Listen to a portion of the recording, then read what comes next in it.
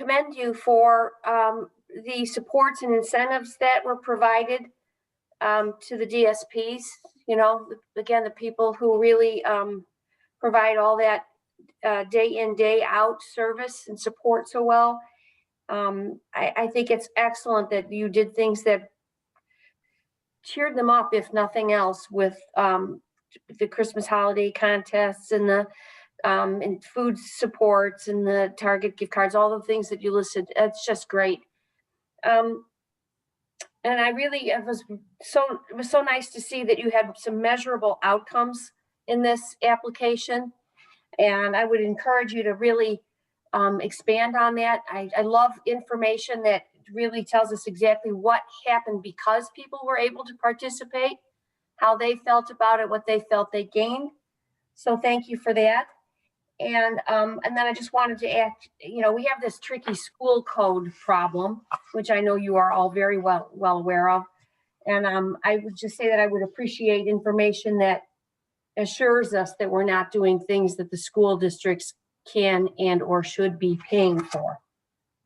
Well, that's it, just it. You know, again, along the same lines as the school code, a reminder that we should be payers of last resort. And so I see that a reviewer had asked about proof that scholarships and reduced rates were denied by camps, YMCA, etc. So that's all I have. Thank you. The only thing I was going to add is, I know Lynn kind of added this last week, but some of the money and the requests being the same are due to COVID and not knowing where things are going to be this next year.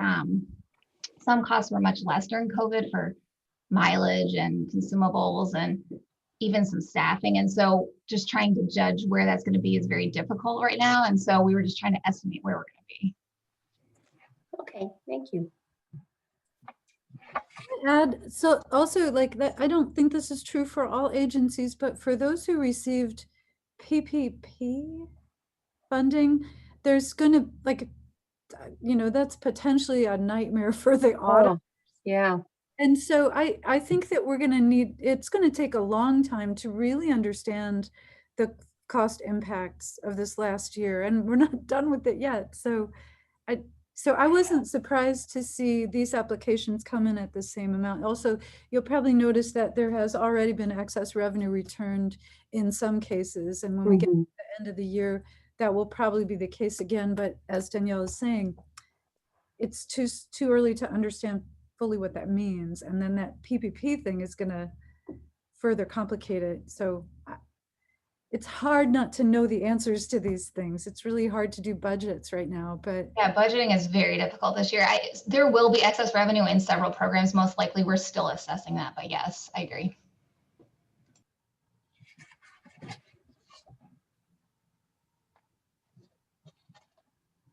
Okay, thank you very much. And we do recognize the uncertainty of the time. Are we ready to move on to the PACE, Consumer Control and Personal Support? Gail? Fine. So this grant is for $24,267. The focus of this, the target is to train people, to recruit and train people as personal support workers. And PACE is working at this through several means. This questions that I came up with in reviewing this is first, how long have we been supporting PACE with a grant for this program or a program like this? How many years? I believe this is the 4th year. Thank you. This is our I thought so. We're completing the 3rd year, so this would be the 4th year of funding, if that makes sense. This is Mel from PACE. I got on board at PACE at 2018. So, and I started the program and stuff. So I helped my program director develop it and stuff. And I'm getting to be 2018 to 2021. So yeah, so about 3 to 4 years or something. So Okay, three years, and this is the fourth application for grant money. Okay. Over that period of time, Mel, can you tell me how many people have been trained as personal support workers on this grant? Do you have? So in 2018, when I came on board, we were developing the program and stuff, and it was a brand new program and stuff. Last year, pre-COVID, there was a lot more and stuff. I remember we didn't track a whole lot of what the total is, but this year we had a target of 35. I think the year before that was what our close number is. That's why we wanted it to have a target number this year, but because of COVID, I had actually had to do a quadruple outreach and doing orientation at least 2 to 3 times a month, just to make sure that we recruited a lot of personal support workers. So in a normal circumstances, I think I would have reached that 35 PSW if we had an in-person orientation. Okay, I guess I'm still confused. You said 35 so far. So is that 14 more than the 21 that were reported in the first 2 quarters? So this year, I don't think I reached the 14. I think the 14 might be the 2020, the year before COVID, when we did an in-person. I was able to recruit a larger number and stuff. But I think this year, because of COVID and we did online, I don't think I reached that high of a number in an orientation. I could provide you the exact number, since I kind of put it in on our quarterly report. I usually indicate how many people I have oriented during that quarter. Would you like me to provide you that actual number for both 2020 and 2021? I think so. Here's where my confusion lies.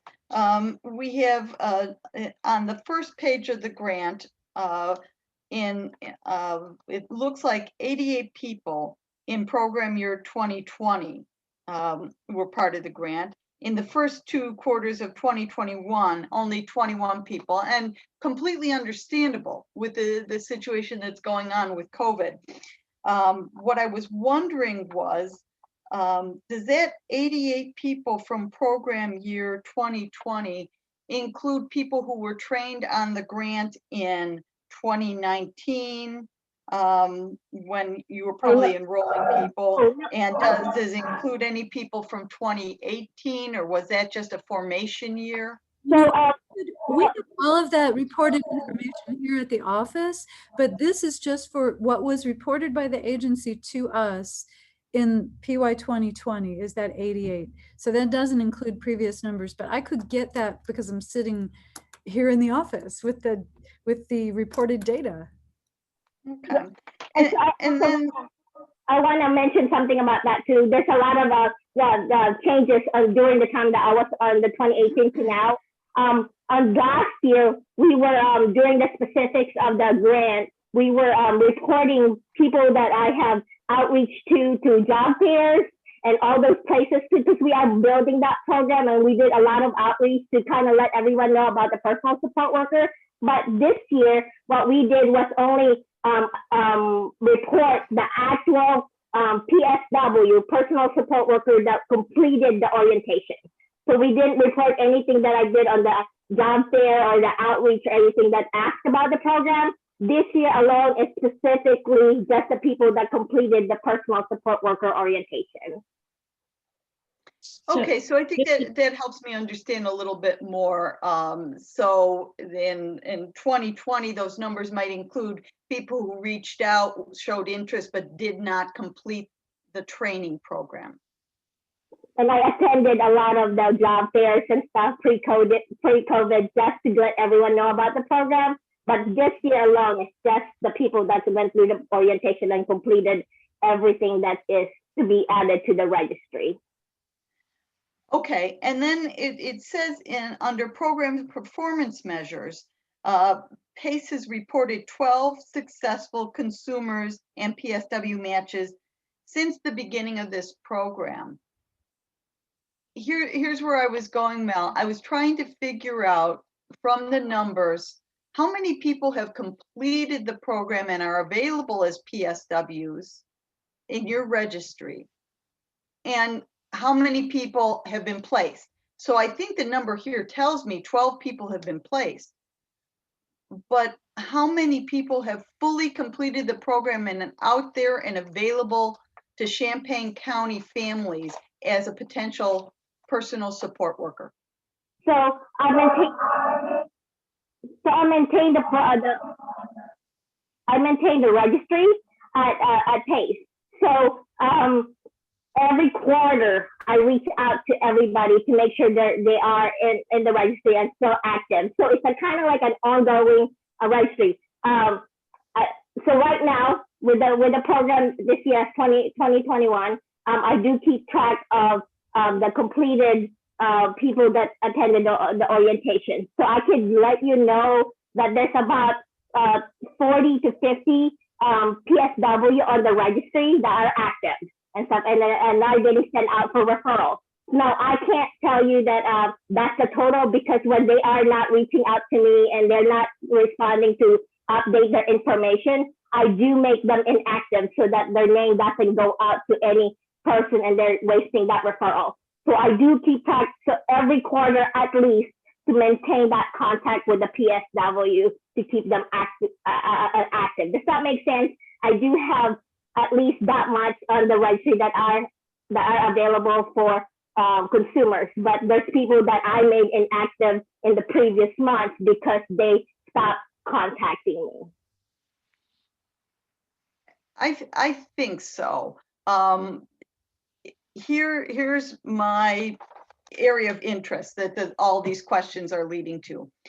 I guess I want to know, how many people have we truly placed with families over time that have stayed compared to the number of people we have trained?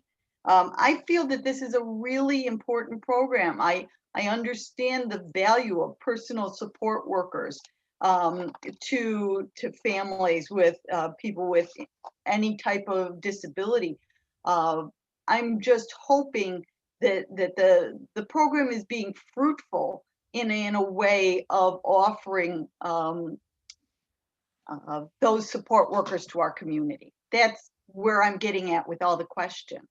So I can just, that I actually in this year on the quarterly report, I did track the people that are successfully matched on the program and stuff. So I think this year I reported, our target goal was 5 this year, but because of COVID, we actually almost doubled that amount. We had at least, I think, 9 people that reached out to PACE and self-reported to us that they have found a PSW through our registry and stuff. So with that, so I thought that was a really good information, that because we are tracking it this year, that we were able to find out that they have found somebody through our referral. Did you say 9 people? I couldn't quite Yes, ma'am. Yes, ma'am. It is not, and about, I think, 9 people throughout the year that they told us that they have found somebody through our referral. Okay. All right. All right. The chairperson is going to remind people that time is ticking away, and this is good discussion, but we're taking a lot of time on this. So the group has to decide if they want to continue this or not. Gail, I am through. And I am through with my questions. Okay. That covers my issues. Georgiana? One more thing that I just want to say, that we provided a 2-page explanation to Lynn, I think, Sherry and I, that maybe answers some of those questions that we elaborated a lot more of. You did. That's the kind of information that would be super helpful in the application. So if the board awards this contract, we'll ask you to add that to the application forms. That should have been, it's great information, but like we would have loved to include it in the program. Yeah. Thank you. Okay. Georgiana, did you have any further comments on this one? No, I If do. not, then you are next up for the next one, which is Community Choices Customized Employment. Okay. Let me get my ducks in a row here.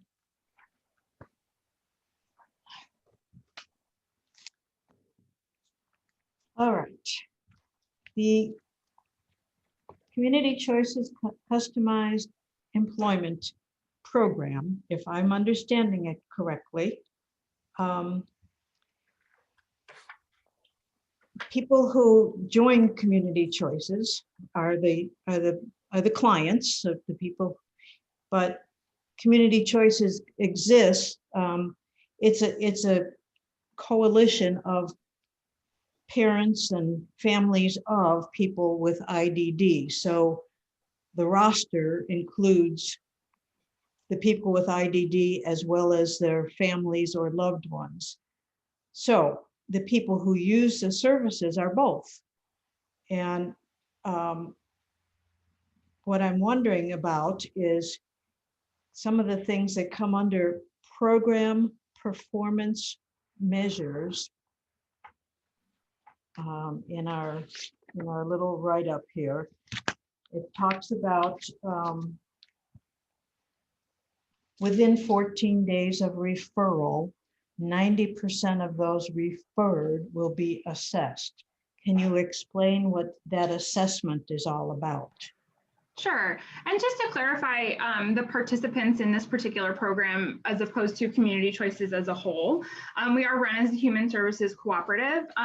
The employment program, as well as our community living program, you don't need to be a member of Community Choices in order to participate in those.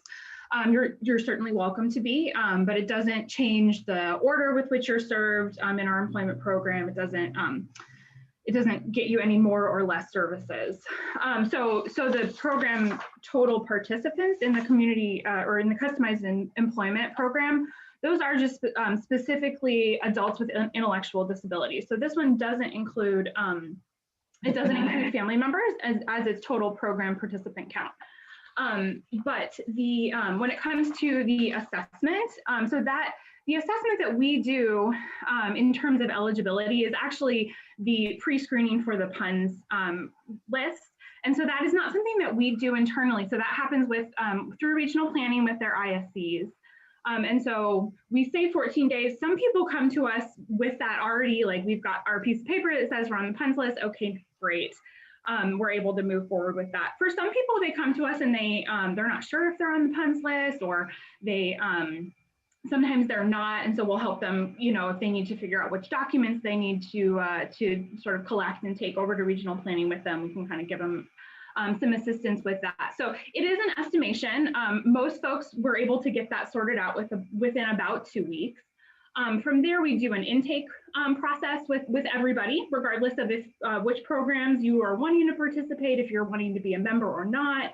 And that's just basically to verify eligibility. So being on the PUNS list, we get to know the person a little bit. And then if they're interested in employment, a lot of times they'll tell us right off the bat, and we'll bring in somebody from our employment program to just do that conversation with them ahead of time so they kind of understand how our services work.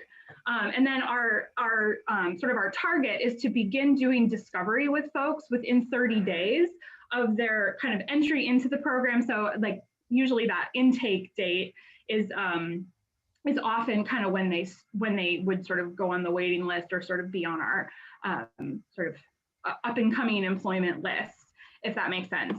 So once we do discovery, which takes, I don't know, anywhere from 3 to 6 weeks with folks.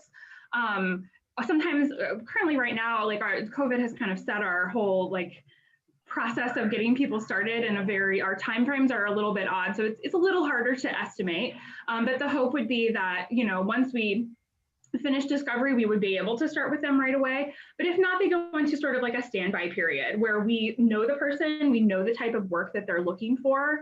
And while we're out looking for employment and connecting with the different sorts of employers, if we see something that's going to be like a really great fit for that person, we'll go ahead and help them get an interview, fill out an application, et cetera.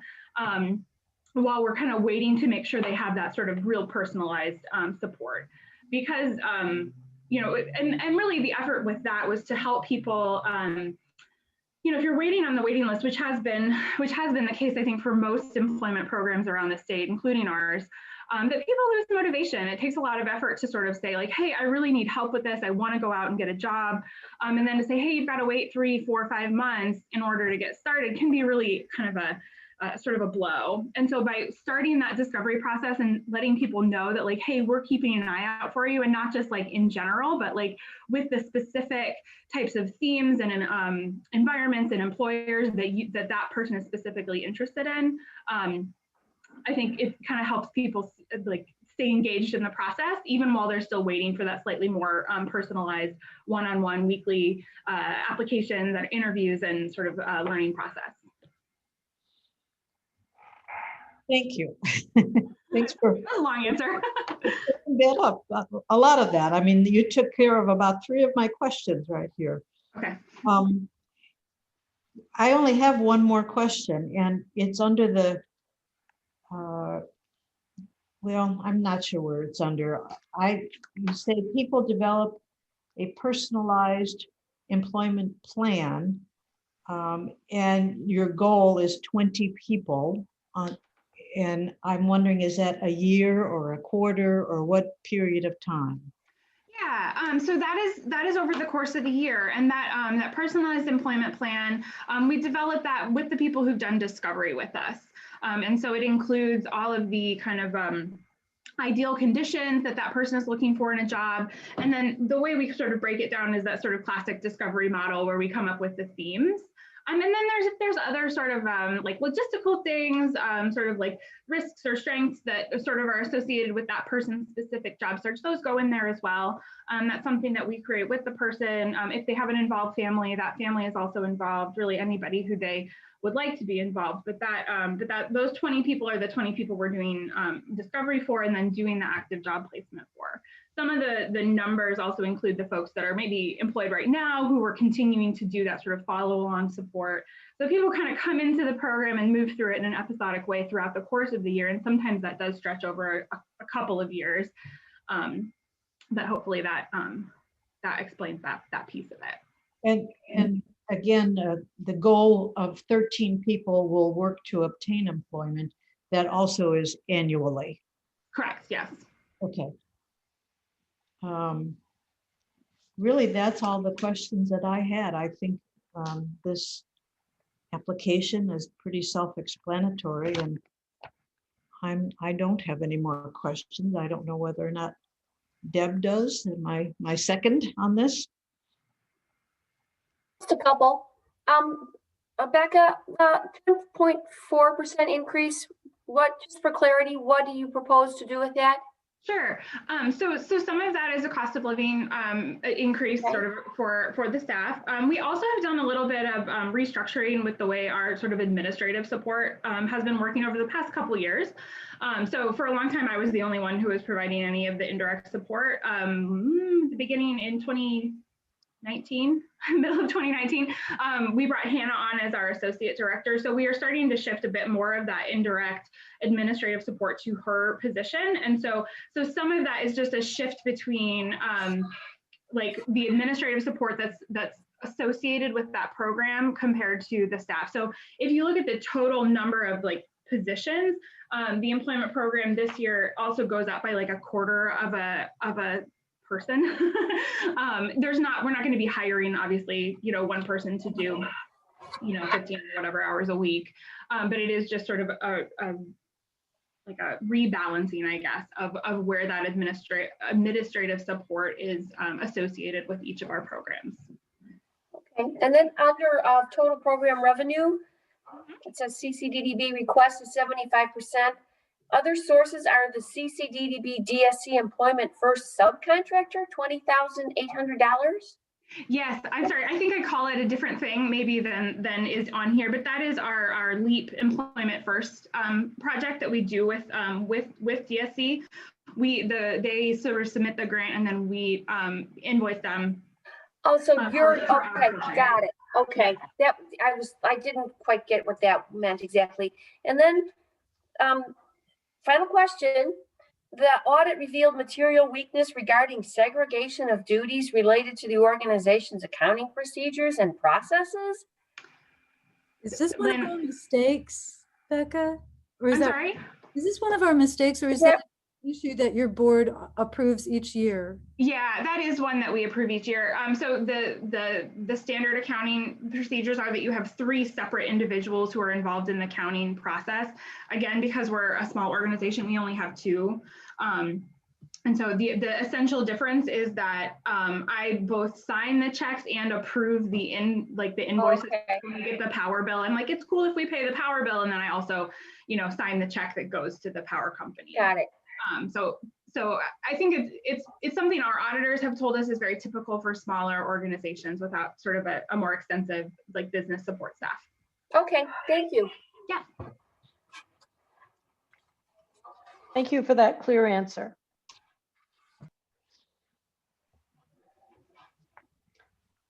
Any more comments about this program, or shall we move on? Let's move on to developmental services, community employment.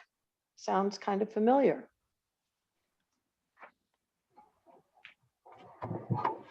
Okay, I guess I'm the primary reviewer for this one. DSC has asked for $361,370, which is the same as last year's funding.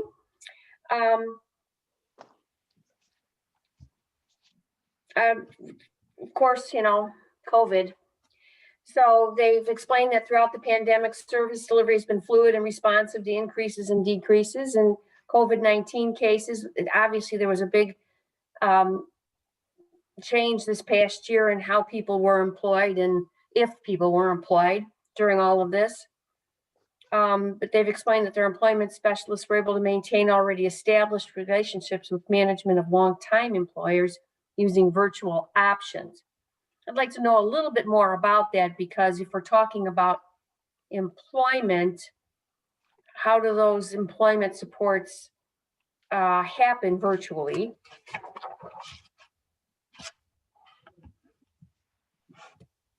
Can you tell me Looking what to see what else page I you're have on with the other that, lines Pat? in.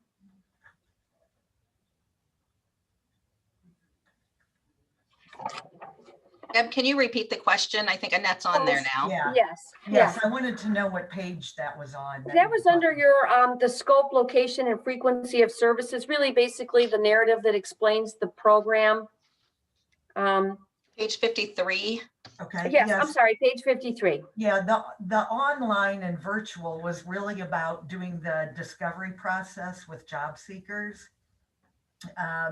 And it has been challenging. And I think one of the challenges of this year was that people's interest in actively looking for a job ebbed and flowed depending on spikes in COVID positivity.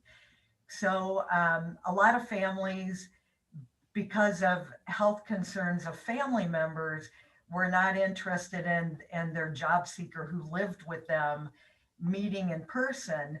And there were no community places to meet. So a lot of that was done virtually. And a lot of that was just really to maintain that connection or to better develop that connection with the job seeker until both the job market and people's comfort with getting back out there opened up again. And that's actually what we're seeing right now. Just within the past 4 to 6 weeks, we've gotten several people jobs, interviews are happening. And because we've been able to kind of keep those relationships going, that, that was the virtual piece of that. Okay, thanks for explaining that. And that I thought, that it relates basically to discovery, those things that you would do outside of the actual employment setting, right, with the individual participant.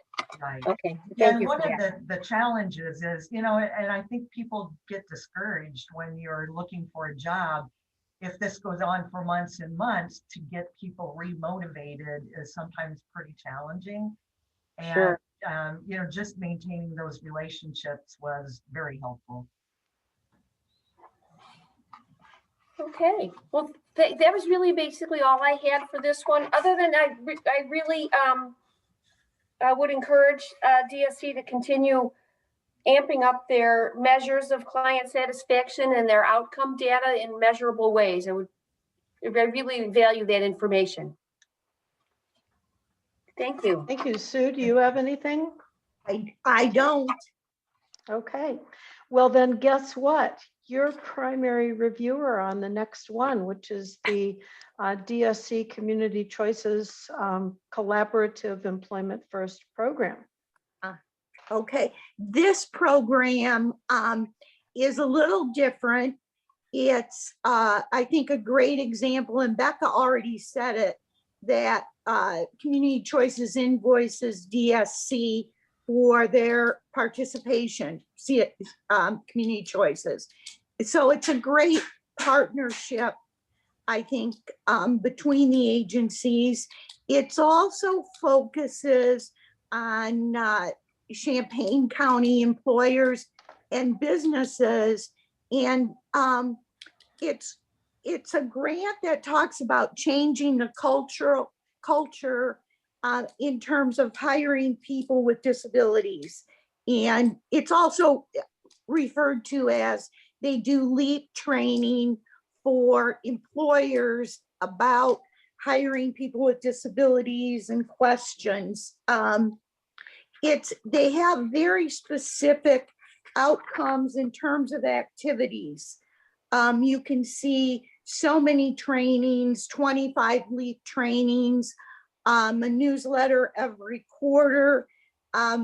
They do follow activities with the businesses that they train. And I think those are very good. I know this has been a different year. In the future, I'd love to see not just the activities outcomes, but how many people have gotten jobs as a result of the training, and how many employers have hired people with disabilities as a result of the training. It's the same request as last year. There's not any increase. So that's all I have. All right, thank you, Sue. And I'm the second reviewer, and I would second everything that you said. I think this is a unique program, and it's a great model of collaboration and reaching out to the community. And somebody should write an article about it for the New Yorker or something about the work that you all are doing. So very good. And I just have one thing. They also have met their CLC program requirements. Yes, and we hadn't mentioned that up to this point, but thank you very much for bringing that forward. That's very important part of this review. And I so think thank you very much. the board, I think with regard to that, across the board, that we need to continue to do outreach to underserved populations. We still have a ways to go in that. Thank you, Sue. Amen. Next, Community Choices Self-Determination Support. Georgiana, you're up. All right.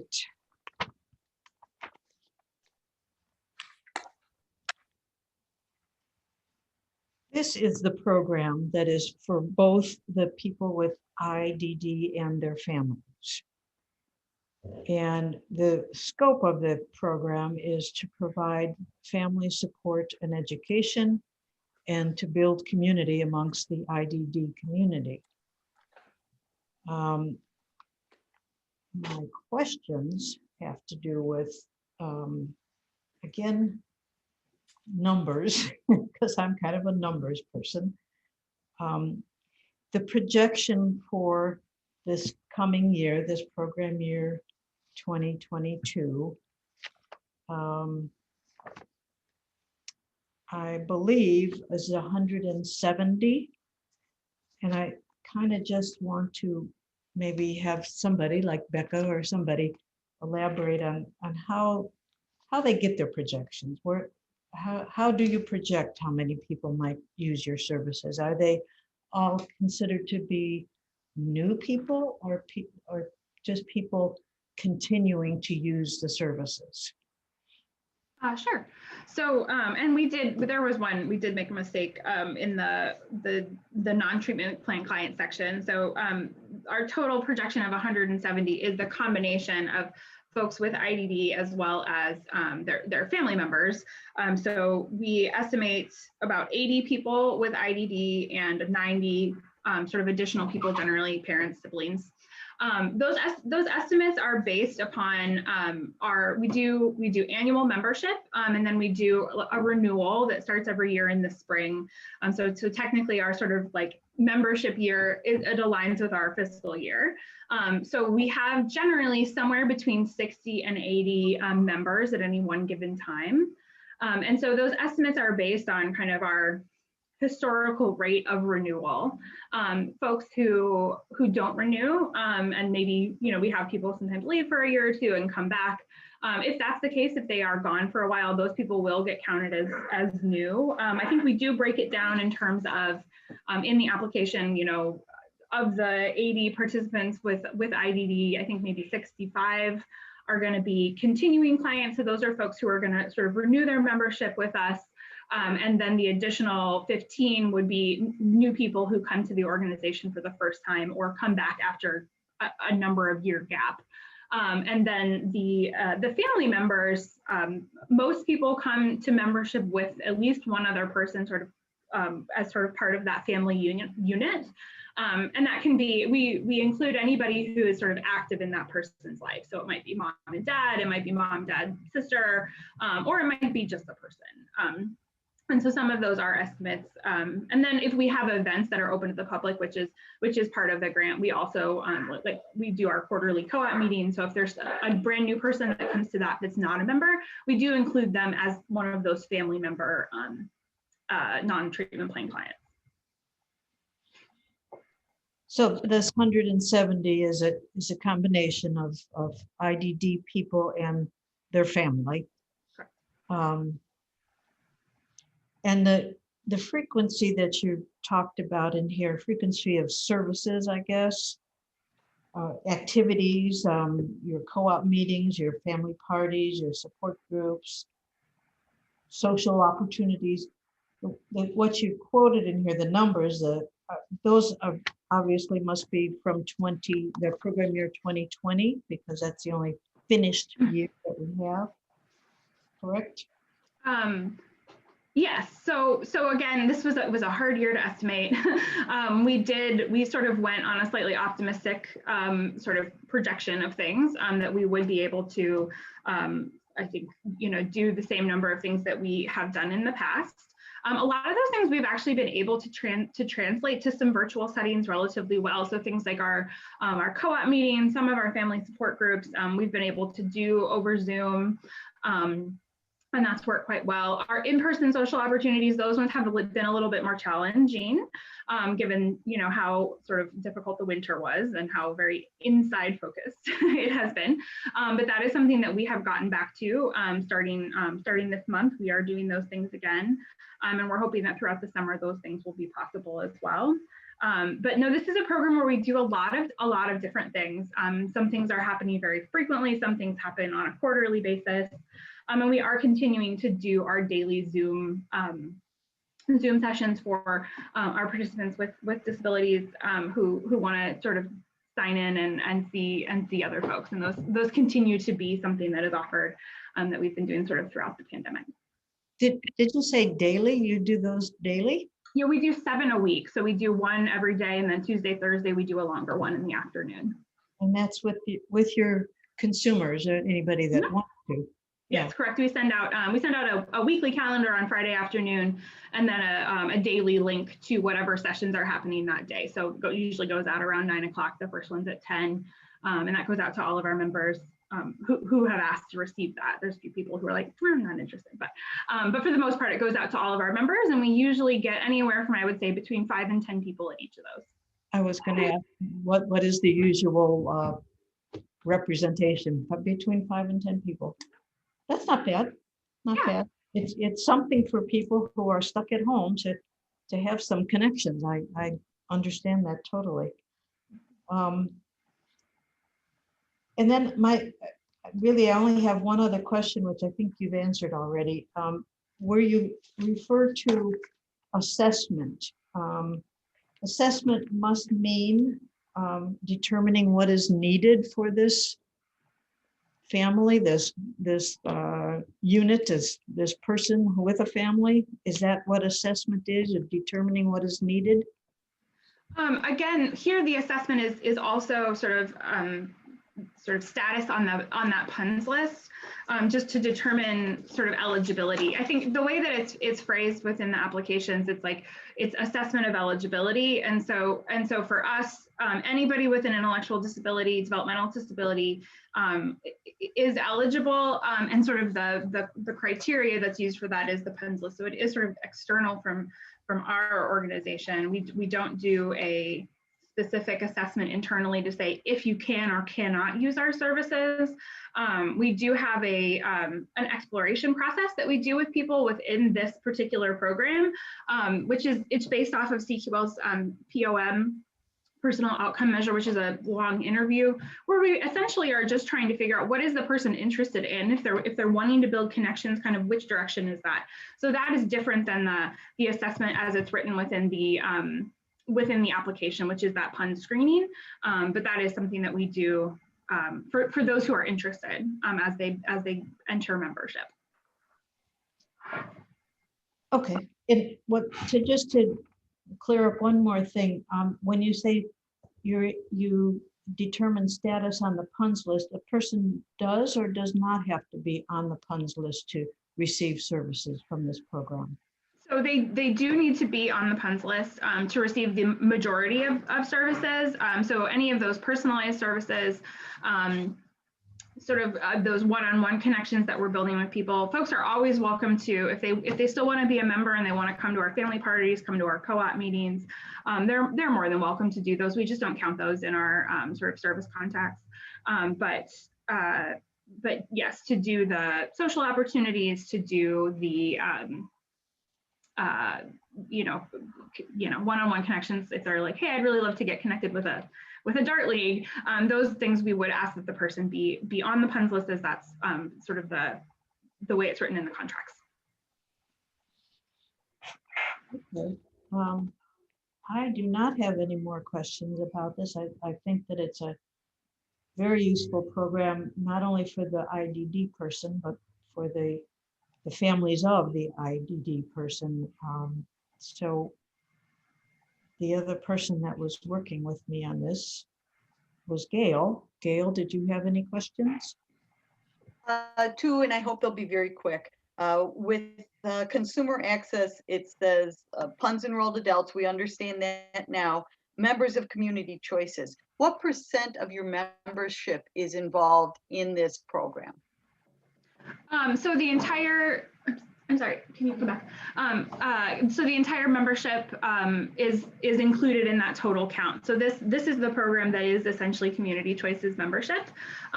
We don't require a sort of a level of participation. Some people we see every day, and some people we see, a couple times a year. So there is a fair amount of variation in that. But 100% of the people who we count as members of this program are also Community Choices members. All right. The second question is in the financial analysis, page 62 or page 3 or 4. Increase in funding 11%. CCDDB funds are 90% of your total funding for this program. Is the increase based on a fall in contributions and fundraising, or just an increase in needs or costs? So we are actually planning to add a half-time position to this program, and again, this is in relation to sort of that rebalancing of the administrative load within the organization. So Hannah, whose position has been housed within this program, she's going to be taking on more administrative duties, and so we're going to be hiring, hopefully, somebody who can do more of that. Person-to-person support within the program. And so a lot of that increase is related to that additional half-time role, as well as a small increase in cost of living across the board for the staff. Thank you. That's it. All right, thank you very much. Next up is Developmental Services Community First, and Deb, you are the primary reviewer.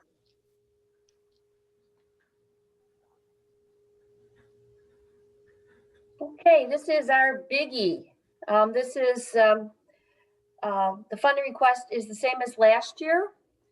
It's for $847,659. The intent of this program is to get individuals actively engaged with the greater community, integrated, included, and hopefully based on their discovered interests. New activities cycle through in, I think, 4-month periods. I am imagining there's still a great reliance on virtual service provision due to COVID. And I'm hoping that sooner rather than later, people will be able to safely resume some of the great activities that were provided pre-COVID. My questions primarily are on wait list time. How many individuals are on that list on the average at any given time? And referencing a couple of reviewer comments on page 65, following the area that starts estimated level of change. There's been a request by the reviewer that choices should also be clearly indicated in an individual's person-centered plan. And that, again, referencing outcomes, which is always a big deal to me, that the outcome that is says people try new things. I would love to see what happened when they tried new things, more information about that, and to have better information about how their activities were chosen, how they know that that their preferences have been taken into account.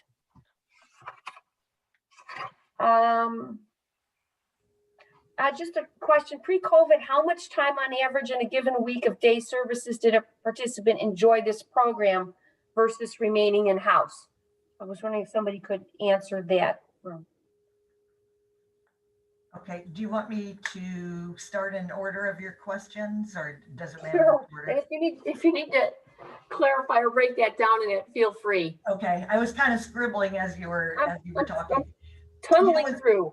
As far as waiting list, I would have to get that information. I'm not sure how many people on at a given time are on a waiting list. In terms of, it would be helpful for us to know, better understand the need. Yeah, and sometimes when people are waiting, some groups, as you mentioned, there are 4-month cycles. There are some groups that people can jump in kind of mid-group, and then there are other groups where it's more kind of an educational group or class that kind of builds on a foundational skill, and then you're kind of building on that over the 16 weeks. So sometimes people have to wait until the next cycle. Are there people that really want to get into this program who are usually in-house during the day pre-COVID, who just can't because there's no space for them? No, typically everybody who wants to get into a group is able to. The only time that they cannot is if they're interested in more than one group that's happening on the same day. So there are typically 7 groups every single day.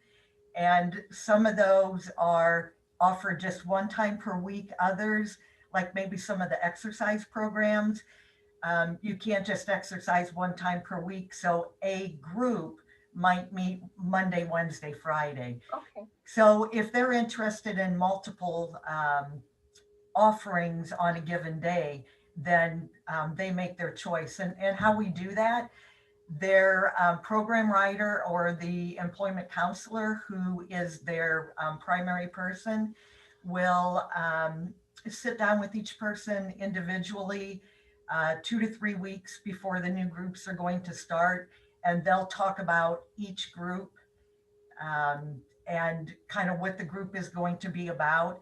And all of these groups that have been developed based on the interest of the people who are participating.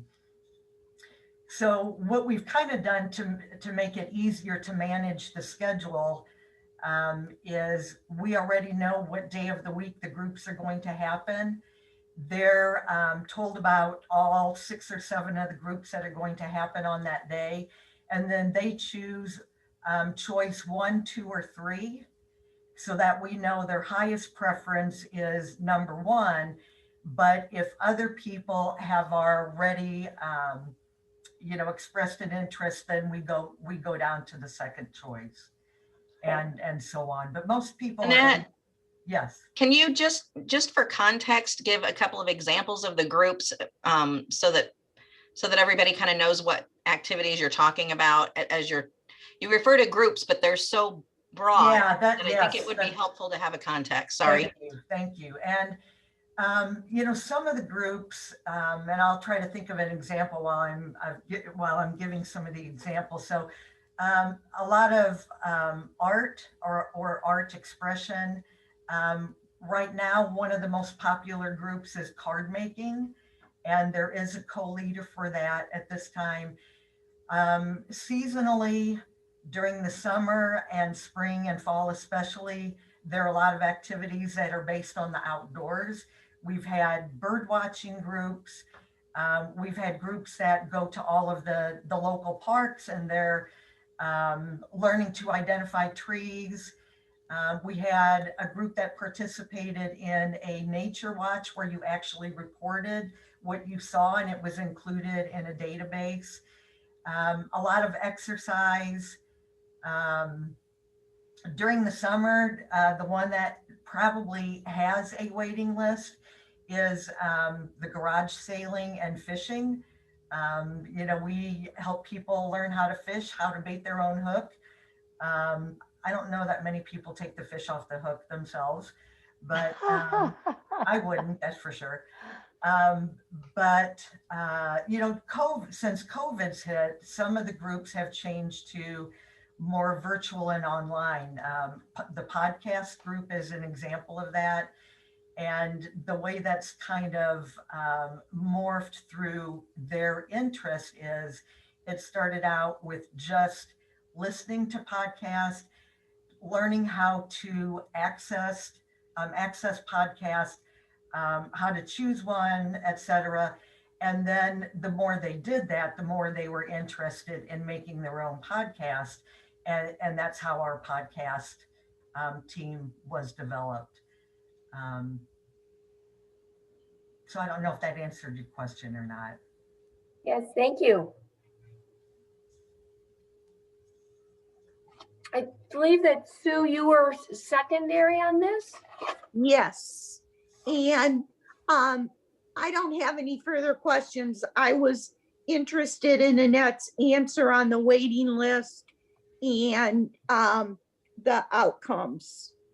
The questions you asked, Deb, how activities are chosen, and pre-COVID, how many people were served in-house and how many people were in the community. If I can kind of speak to that a little bit, I was hoping I would get asked the question about, transitioning to community only. This program, there really was a long-term vision of kind of turning a cruise ship.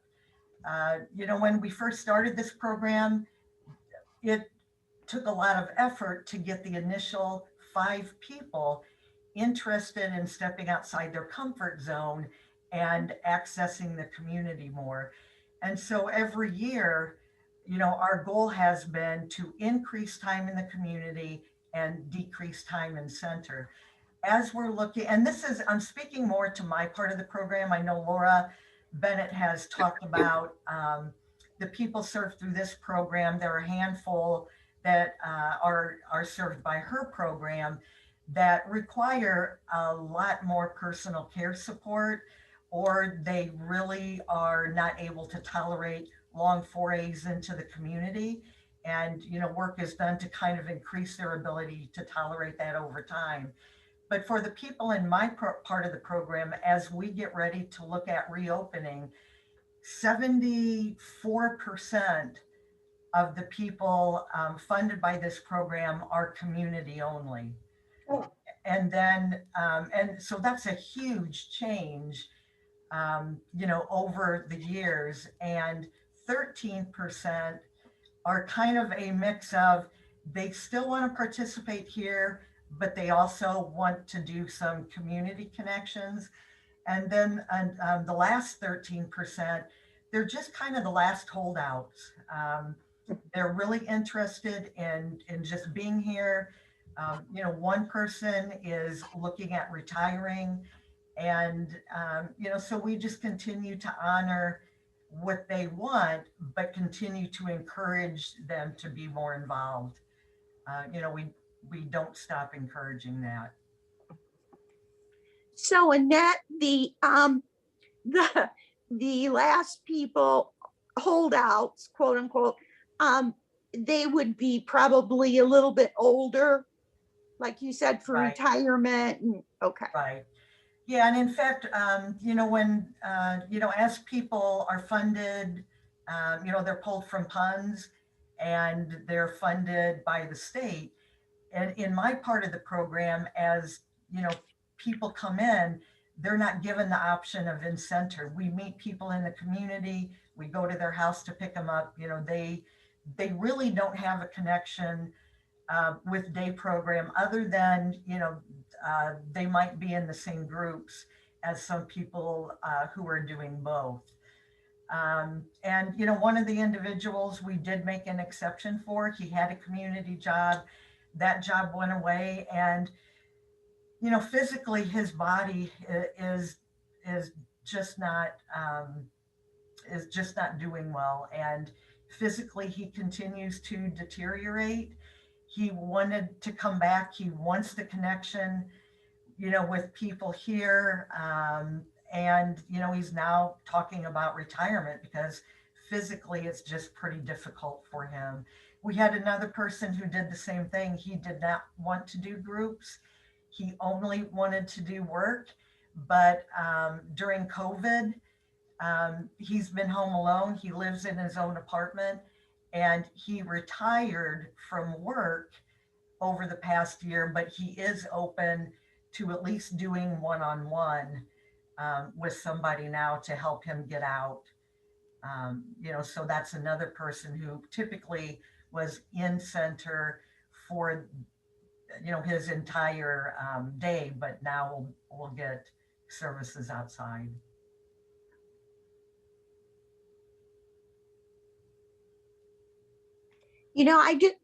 I think that makes sense. I think there's a lot of people, disabled or not, who have gotten used to being, maybe they're more introvertish, have gotten used to being in all year.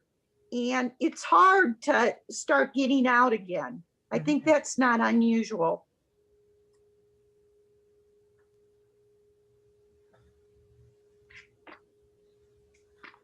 Okay, thank you very much. Is that it for that one?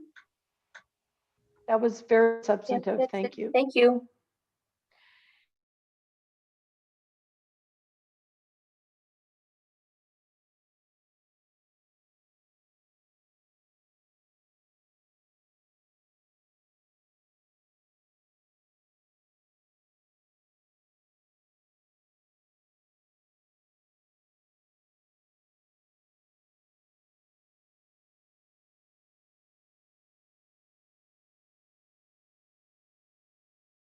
It's one of the best